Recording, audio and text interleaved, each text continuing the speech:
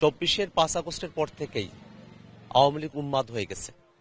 তারা বাংলাদেশের মানুষের উপরে গণহত্যা চাপিয়ে দিয়েছে, অসংখ্য মানুষকে তারা খুন করেছে, গুম করেছে, মানুষকে নির্যাতন নিপীড়ন তারা করেছে এবং সেই নির্যাতন নিপীড়নের তাদের যে সিলসিলা সেখান থেকে তারা বেরোয় আসতে পারেনি। তারা বাংলাদেশের মানুষের উপরে গণহত্যা চাপিয়ে দেওয়ার পরেও তারা এখনো পর্যন্ত তাদের মধ্যে কোনো অনুশোচনার জায়গা নেই, বরং কিভাবে ভারতের সহযোগিতায় বাংলাদেশে তারা নাশকতা করতে পারে সে ধরনের শখ তারা খুঁজতেছে। তারা বিদেশে বসে বাংলাদেশের বিভিন্ন স্থপনায় তারা অগ্নিসংযোগের তারা চেষ্টা করছে, আগুন সন্ত্রাস করছে, মানুষকে তারা পুড়িয়ে মারছে, তারা বাসে আগুন দিচ্ছে, বিভিন্ন জায়গায় তারা ককটেল বিস্ফোরণ ঘটাচ্ছে। তারা মনে করছে এগুলোর মধ্য দিয়ে তাদের পতিত যে সাম্রাজ্য সেটাকে তারা ফিরে পাবে, কিন্তু বাস্তবতা হলো বাংলাদেশের মানুষেরা আওয়ামী লীগের সন্ত্রাসকে বাংলাদেশে আর প্রশ্রয় দেবে না।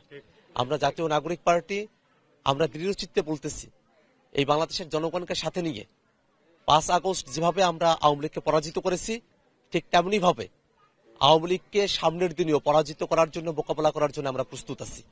আমরা মনে করি 13 তারিখকে কেন্দ্র করে আওয়ামী লীগের যে আস্ফালন, শেখ হাসিনার রায় ঘোষণা করা হতে পারে সেটাকে তারা বিরোধিতা করছেন, কিন্তু এটাই বাস্তবতা।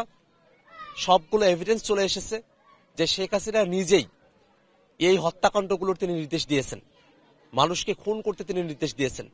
এমন একজন খুনির পক্ষে যারা দাঁড়ায় তাদের বাংলাদেশে রাজনীতি করার কোনো অধিকার নেই। সে আওয়ামী লীগ বাংলাদেশে রাজনীতি করার অধিকার কখনোই ফিরে পাবে না।